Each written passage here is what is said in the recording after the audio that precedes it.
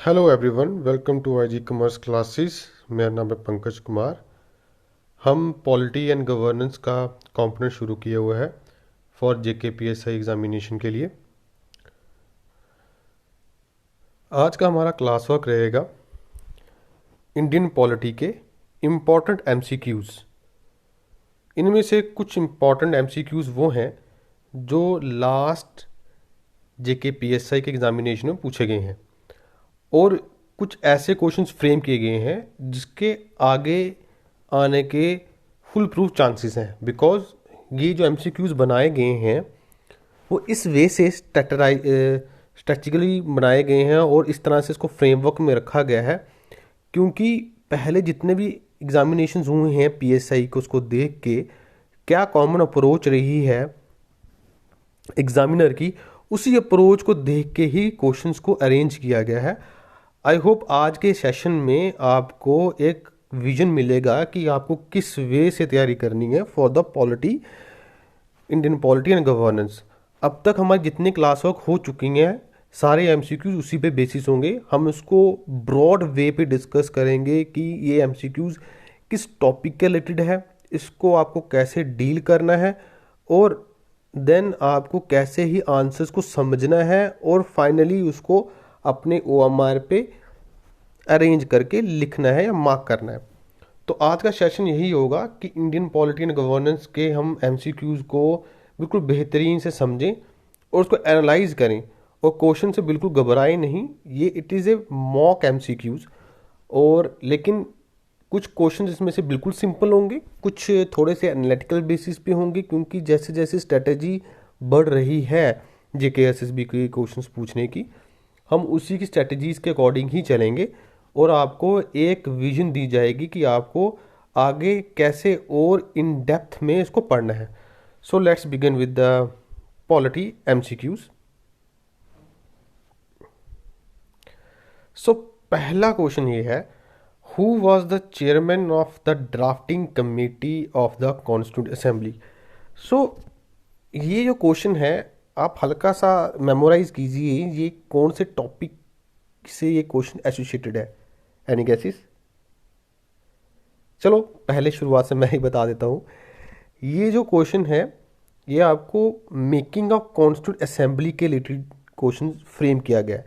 तो हमने पढ़ा था कि जब मेकिंग हुई थी कॉन्स्टिट्यूंट असेंबली की कॉन्स्टिट्यूशन बिल्डिंग के लिए, तो उस कमेटी के अंदर मेंबर्स बने थे और उसका चेयरमैन भी बना था संविधान बनाने के लिए, ड्राफ्ट करने के लिए। तो इसमें एक पूछा गया है कि कॉन्स्टिट्यूशन असेंबली बनाने में जो ड्राफ्टिंग कमेटी थी कॉन्स्टिट्यूशन बनाने की, उसके चेयरमैन कौन थे। तो उसके चेयरमैन थे आपके Bhimrao Ambedkar, B R Ambedkar, option number C. आप देख रहे होंगे इस क्वेश्चन के अंदर, देन सी ऑप्शन का आंसर है। Then move to the another question.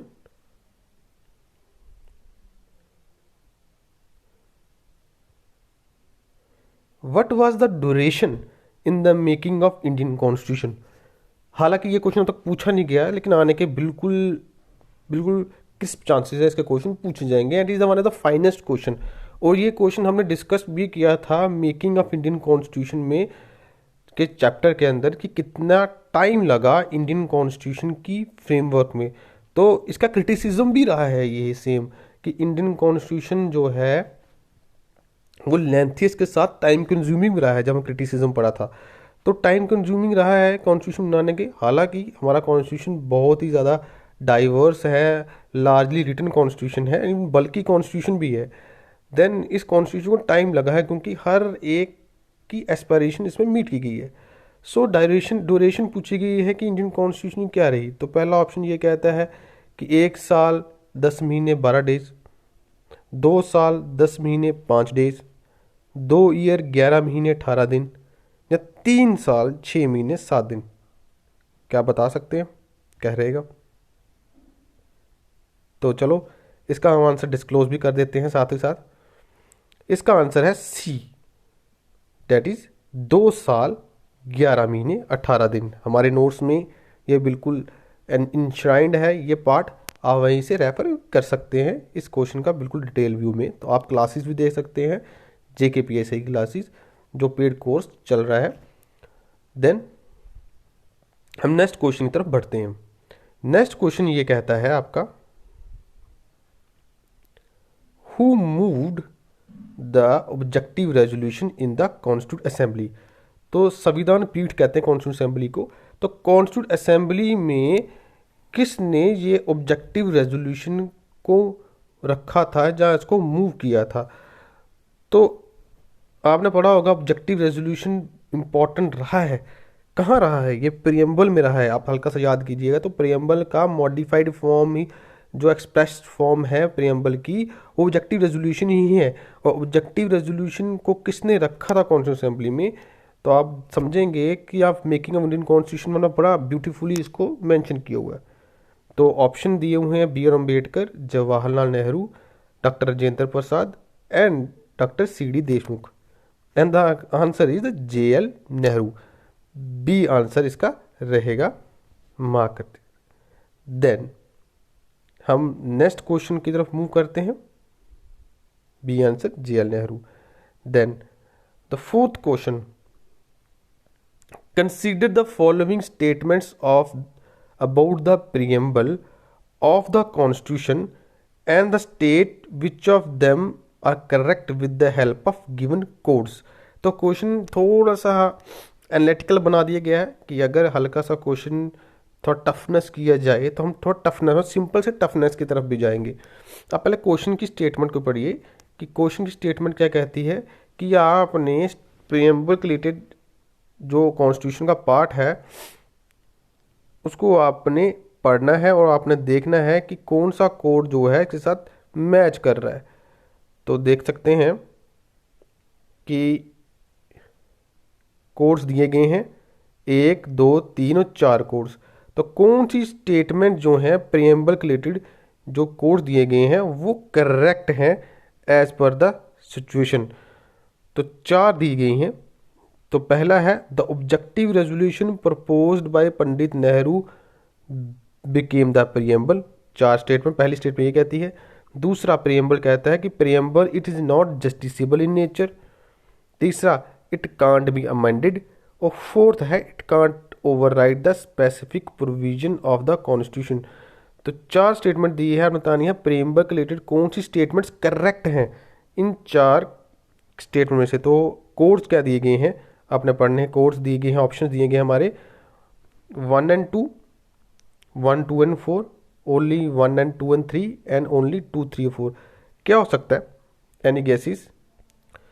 सो हम देखेंगे प्रीएम्बल का पार्ट है। तो प्रीएम्बल में हम हर चीज़ डिस्कस की थी। अभी रिसेंट अभी क्वेश्चन डिस्कस किया था कि जो ऑब्जेक्टिव रेजोल्यूशन की ही मॉडिफाइड फॉर्म है प्रीएम्बल। तो हमने अभी लास्ट क्वेश्चन डिस्कस किया था। देन हम बात करेंगे प्रीएम्बल जस्टिसेबल नहीं है, ये भी हमने स्टेटमेंट में डिस्कस किया था। देन हमने ये भी डिस्कस किया था कि प्रीएम्बल में अमेंडमेंट भी हुई है। एग्जैक्टली प्रीएम्बल में एक बार अमेंडमेंट भी हुई है in the 42 amendment act 1976। Then इसमें ये लिखा है it can not override the specific provision of the constitution. तो जो बड़ी स्पेसिफिक प्रोविजन है कॉन्स्टिट्यूशन की, जैसे फिजिक्स फीचर्स हो गए, उसको आप ओवरराइड नहीं कर सकते। तो कौन सी स्टेटमेंट सही है प्रीएम्बल के रिलेटेड, यही क्वेश्चन था। तो सही क्या है, सही यही है कि ऑप्शन आपका 1, 2 एंड 4। तो 1, 2 एंड 4 ये कहता है कि भाई ऑब्जेक्टिव रेजोल्यूशन ठीक बात है, जस्टिसेबल भी आपका प्रीएम्बल नहीं है, बट ये स्टेटमेंट लिखी हुई है कि प्रीएम्बल कभी अमेंड नहीं किया सकता। ये क्वेश्चन ये जो ऑप्शन है ये गलत है। प्रीएम्बल अमेंड हुआ है 1 time in the 42nd amendment 1976 में। आई होप आपको समझ आ गया होगा। इस वे से एनालिटिकली आपको सोचना है, हर एक क्वेश्चन को ब्रीफ में समझना है कि हमने क्या पढ़ा है रीसेंट क्लास में, और उसको यहाँ पे उस नॉलेज को आपने यहाँ इम्प्लीमेंट करके देखना है। फिर आप ऑप्शन को नेगेट कर पाओगे। और ऑप्शन में जो कोड दिए गए हैं, अभी आप देख रहे हैं कोड जो दिए गए हैं बिल्कुल सिमिलर वे में। आप पढ़ना कि कौन से कोड सही है, 1 and 2, 2 and 3। तो हर स्टेटमेंट को पढ़ के आपने ये आंसर लगाना है। तो आंसर इस क्वेश्चन का था answer B, that is 1, 2 and 4। I hope preamble को आपको इतना इन डेप्थ समझ आ गया होगा। देन हम नेक्स्ट क्वेश्चन की तरफ चलते हैं। नेक्स्ट क्वेश्चन है आपका,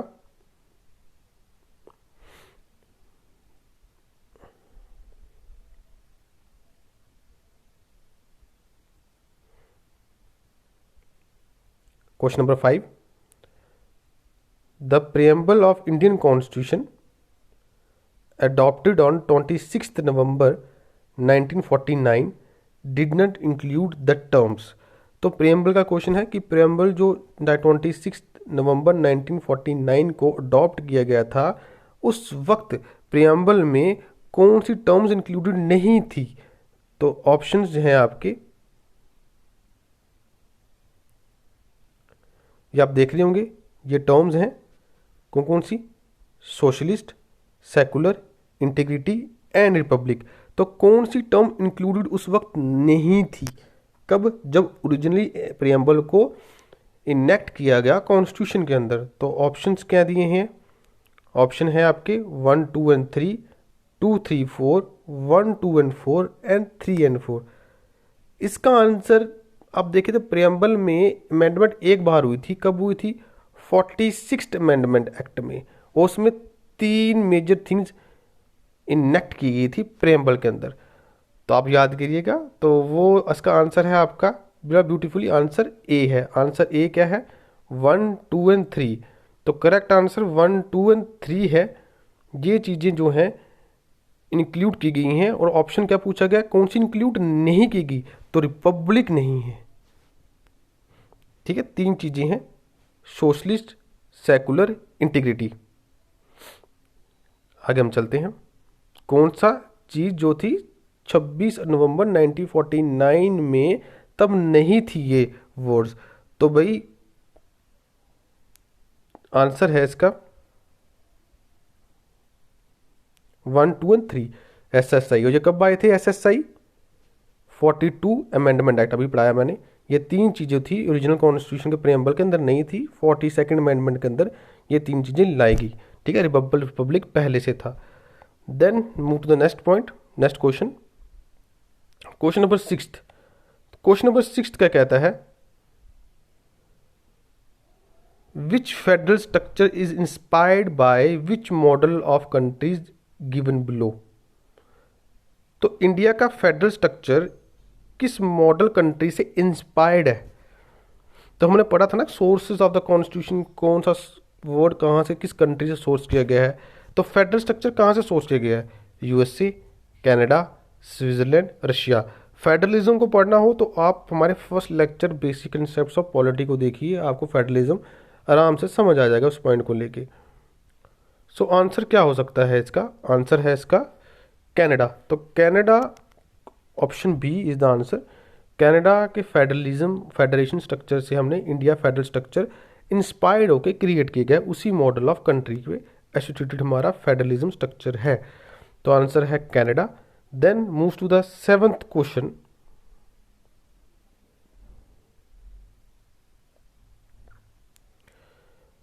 विच of the following is not a feature of Indian constitution. कौन सा फीचर नहीं है इंडियन कॉन्स्टिट्यूशन का इन ऑप्शंस में से। तो ऑप्शंस क्या हैं, written constitution, federalism, sovereignty of parliament and judicial review. कोई गैस लगा सकते हैं। अब आप पढ़िए, हमने फीचर ऑफ कॉन्स्टिट्यूशन पढ़ा था पिछले लेक्चर्स में, तो उसमें हम बताया था कि 7-8 फीचर्स थे कॉन्स्टिट्यूशन के। तो उसमें हमने यूनिटरी और फेडरल फीचर्स को कॉन्स्टिट्यूशन के बारे में भी पढ़े थे। तो पहला जो पार्ट था हमने जो पढ़ा कि रिटन कॉन्स्टिट्यूशन भी है हमारा, फेडरलिज्म भी है कि हमारा स्टेट्स और सेंटर में सेपरेशन, हमारी पावर शेयरिंग हुई है, और फेडरलिज्म आपको मिलता भी है जब आप शेड्यूल्स पढ़ते भी हैं। देन जुडिशियल रिव्यू भी है, बट सोवरेंटी ऑफ पार्लियामेंट नहीं है हमारे इंडियन फीचर कॉन्स्टिट्यूशन, बिकॉज जहाँ पे रिटन कॉन्स्टिट्यूशन होता है मोस्टली वहाँ उस कंट्रीज में क्या होता है, जो कॉन्स्टिट्यूशन होता है वहाँ पे सोवरेन क्या होता है, कॉन्स्टिट्यूशन। अब आपको समझ आ रहा होगा, क्योंकि जितनी भी पार्लियामेंट्री डेमोक्रेसी है वहाँ पे कॉन्स्टिट्यूशन ही मोस्टली क्या होता है, सोवरेंट होता है। तो यहाँ पे दिखाया गया है कि पार्लियामेंट सोवरेन है, तो पार्लियामेंट सोवरेन नहीं है यहाँ पे, इसलिए ये ऑप्शन जो है सेवंथ का आंसर सी जो है गलत है। इंडियन कॉन्स्टिट्यूशन में पार्लियामेंट सोवरेन नहीं है। ठीक है, हम आगे चलते हैं नेक्स्ट स्टेटमेंट पे। ऑप्शन इसका सी था। देन एट्थ क्वेश्चन ये कहता है the idea of the content list in the Indian constitution किस कंट्री से बोरो किया गया है। तो आइडिया क्या है जो कंटेंट लिस्ट का, तो हमने ये पढ़ा था सोर्सेज ऑफ द कॉन्स्टिट्यूशन में। तो कंटेंट लिस्ट का आइडिया किस कंट्री से हमने डिराइव किया है, तो ऑप्शन है यूएसए, स्विट्जरलैंड, ऑस्ट्रेलिया और यूएसएसआर। तो आंसर था इसका Australia, that is C answer. C से हमने कंटेंट लिस्ट ली। तो ये सब्जेक्ट्स की लिस्टिंग हुई थी यूनियन, स्टेट लिस्ट और कंकरेंट लिस्ट, जिसपे हर सब्जेक्ट पे पावर्स, इसकी अपनी स्पेशलाइज्ड पावर, जिसपे लॉ बना सकते थे। तो हमने पढ़ा था शेड्यूल्स के अंदर। तो वही कंकरेंट लिस्ट हमने कहाँ से इंस्पायर ली है, ऑस्ट्रेलिया से। जैसे ऑप्शन सी इसका है।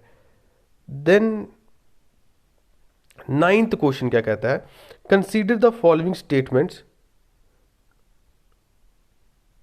Related to salient features of Indian constitution provide for. तो हमारे सेलिएंट फीचर्स क्या है इंडियन कॉन्स्टिट्यूशन के, तो पहली है सिंगल सिटीजनशिप, दूसरा है फॉर होल ऑफ इंडिया, एक नागरिकता पूरे देश की, दूसरा strict federal form of government,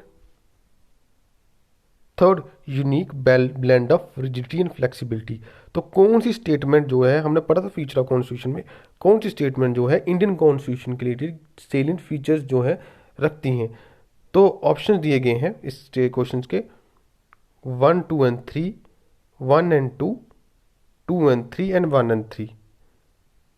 तो इसका आंसर जो हो सकता 1 एंड 3। 1 एंड 3 क्यों उसका आंसर होगा, क्योंकि 1 देखो सिंगल सिटीजनशिप हमारा कॉन्स्टिट्यूशन लो करता है, हमने सिटीजनशिप पिछले लेक्चर में पढ़ा था।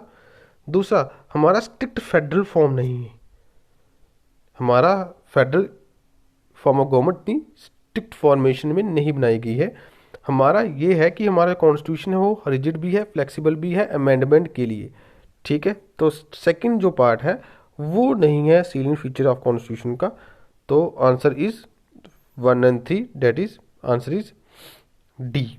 डी आपका आंसर इसमें करेक्ट है। देन नेक्स्ट क्वेश्चन आता है 10th क्वेश्चन। 10th क्वेश्चन कहता है in which schedule of Indian constitution powers of panchayat are stated. तो किस शेड्यूल में पंचायत का जिक्र किया गया है भारत के संविधान के अंदर।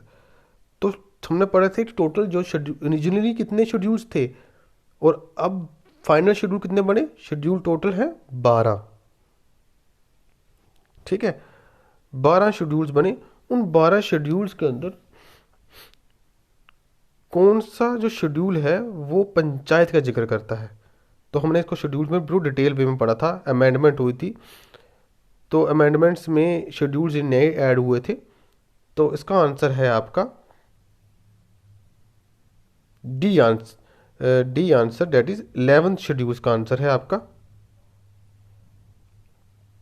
11th शेड्यूल में आपकी पंचायत जो थी वो इंक्लूड की गई थी आपके कॉन्स्टिट्यूशन के अंदर इन दी शेड्यूल। ठीक है, देन आपका नेक्स्ट क्वेश्चन जो है 11th क्वेश्चन। 11th क्वेश्चन कहता है which of the following schedules deals with the divisions of power between union states.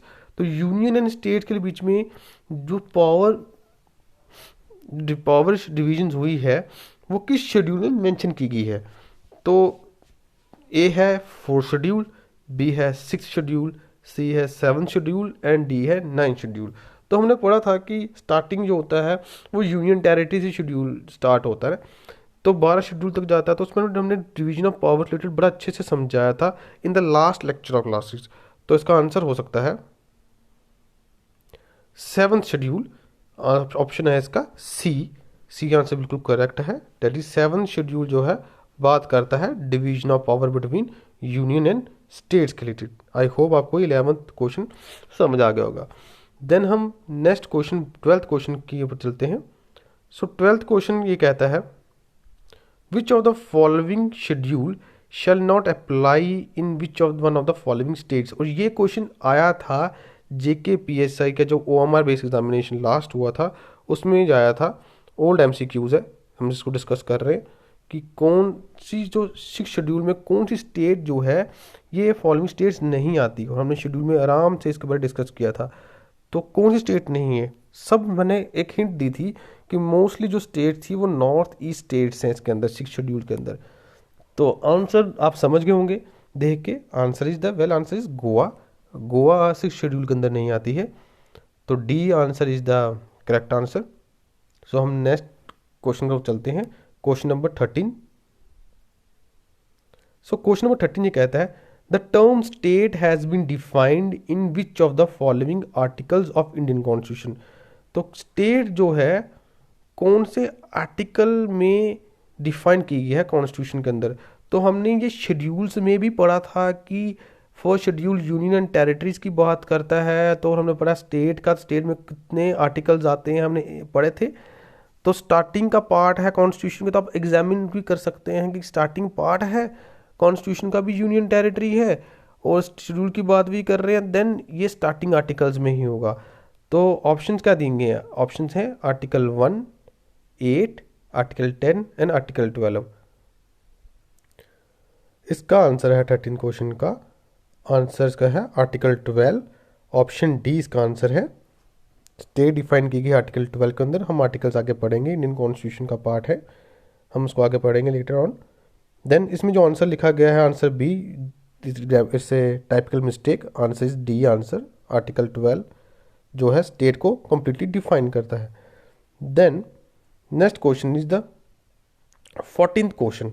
तो 14th क्वेश्चन कहता है which of the following act of British India designated the governor general of Bengal.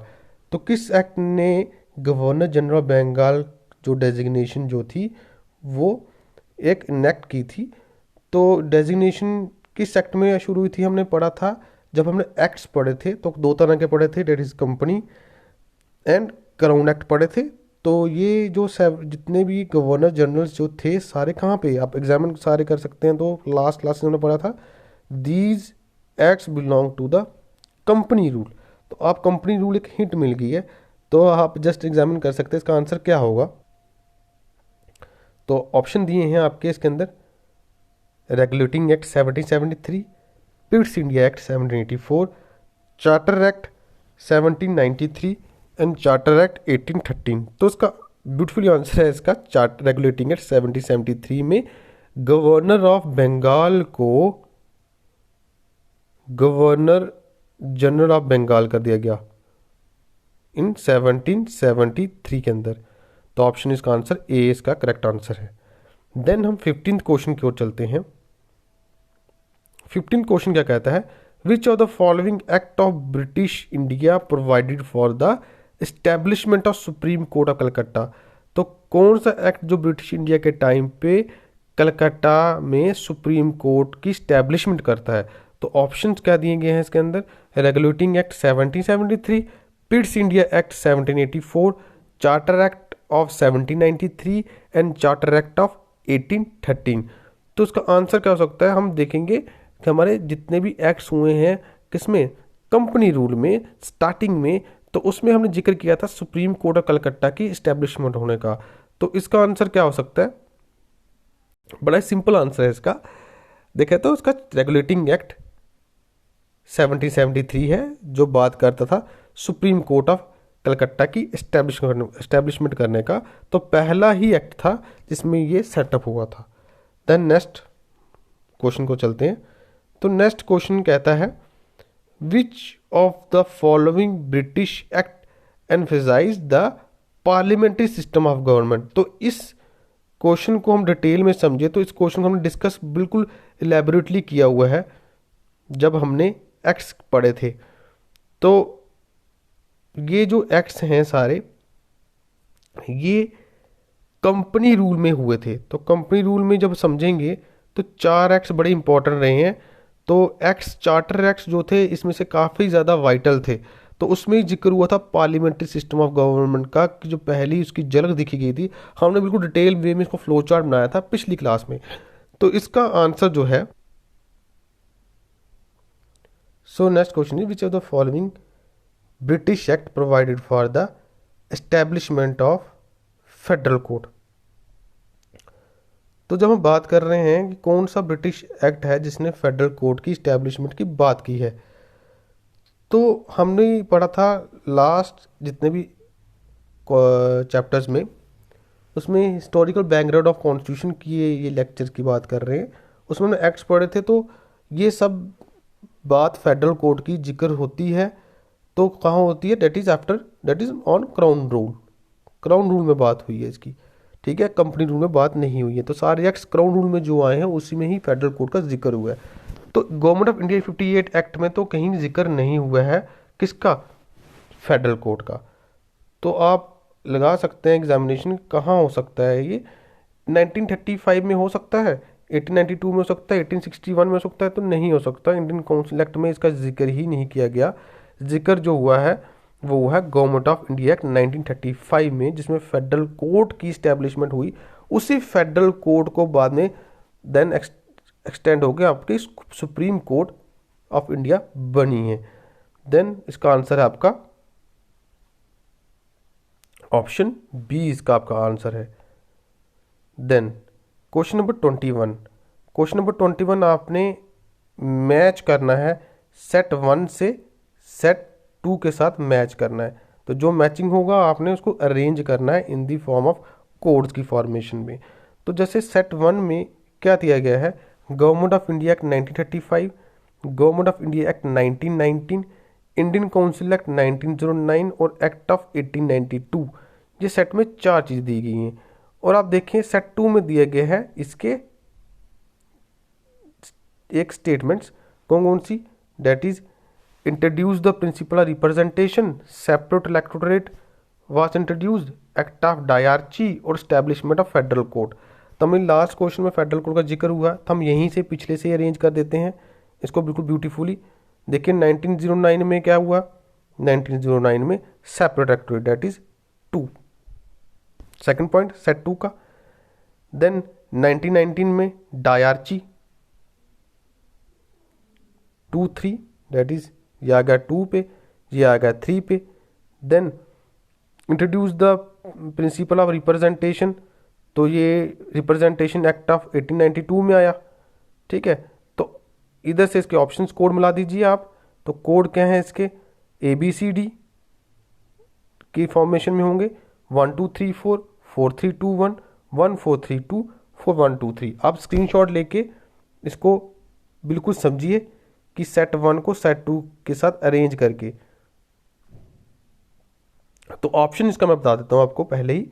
Option का answer है इसका answer B, answer B करता है that is 4 3 2 1। तो last में 1 रखा था उसी बेसिस पे कि अरेंज, इसका आंसर है ऑप्शन बी। तो इस तरह से सेट 1 और सेट 2 को अरेंज करके आप ऑप्शंस बनाने हैं आपने। तो इसमें आपका कंफ्यूज बिल्कुल नहीं होना है।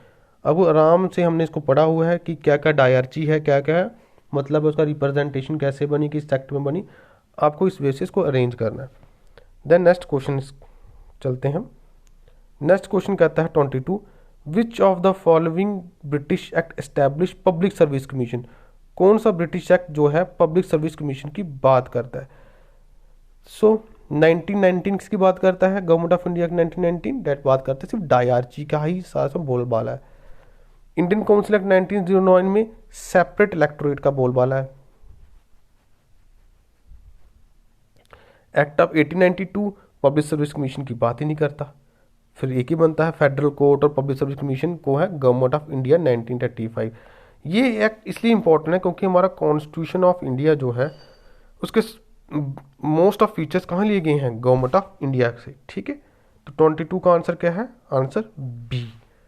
Then move to the next question, question number 23, which of the following statement is not true. तो कौन स्टेटमेंट में से ट्रू नहीं है, ठीक है। तो ऑप्शन पढ़ते हैं इसके। पहला ऑप्शन ये कहता है the date of implementation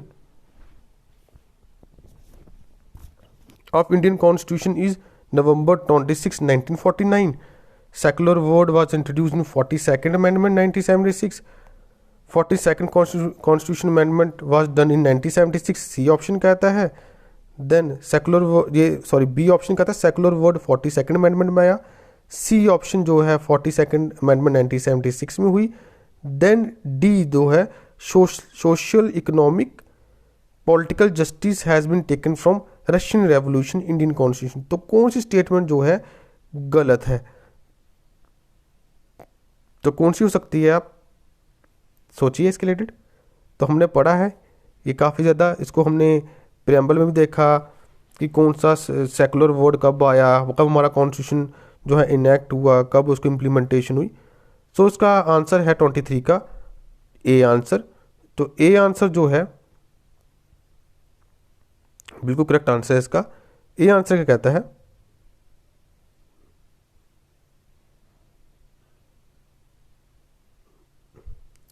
date of implementation. जो डेट ऑफ इम्प्लीमेंटेशन है वो स्टेटमेंट क्या है, ट्रू नहीं है इस क्वेश्चन अकॉर्डिंग, क्योंकि जो इंडियन कॉन्स्टिट्यूशन था इम्प्लीमेंट हुआ 26 जनवरी 1950 को इम्प्लीमेंट हुआ था, बाकी स्टेटमेंट्स ट्रू हैं।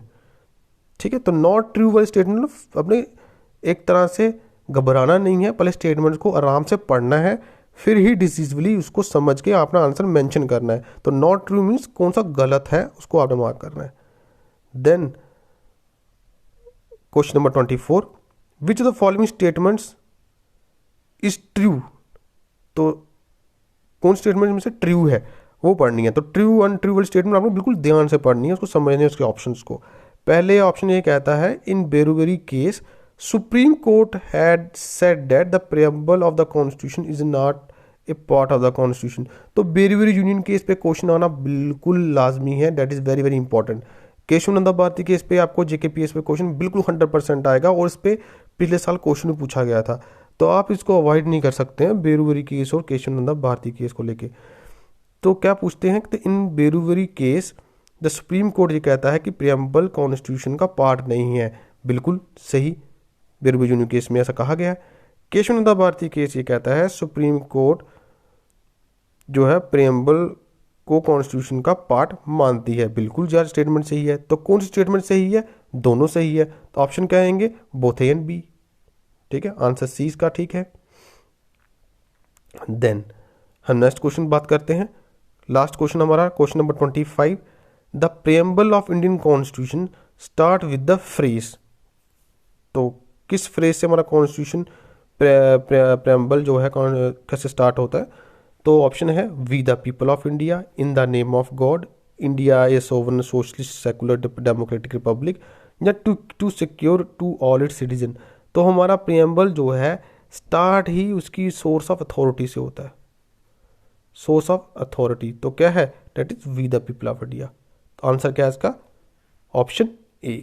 तो हमने क्वेश्चन बिल्कुल ब्यूटीफुली इस तरह से अरेंज किया on the basis of their difficulty pattern, कैसा डिफिकल्टी पैटर्न है क्वेश्चन का। हम आगे जितने भी चैप्टर्स होंगे उसके एमसीक्यूज डिस्कस करेंगे इन रिलेवेंट मैटर्स पे, तो क्वेश्चन के अरेंजमेंट करेंगे। जैसे मैंने कहा ना कि ये क्वेश्चन बिल्कुल इंपॉर्टेंट है, इसको आगे आने के बड़े अच्छे चांसेस हैं, तो आप उसको बिल्कुल गहराई से इन डेप्थ हमारे नोट्स को वैल्यूट कीजिए और उसकी वीडियोस पढ़िए। आप हमारे पुराने लेक्चर्स और आगे जितने नए लेक्चर्स आने वाले हैं उससे आप देख सकते हैं। आप आईजी कॉमर्स क्लासेस का बैच शुरू कर सकते हैं, आप कूपन कोड ज्वाइन ले सकते हैं, दैट इज JKPSI।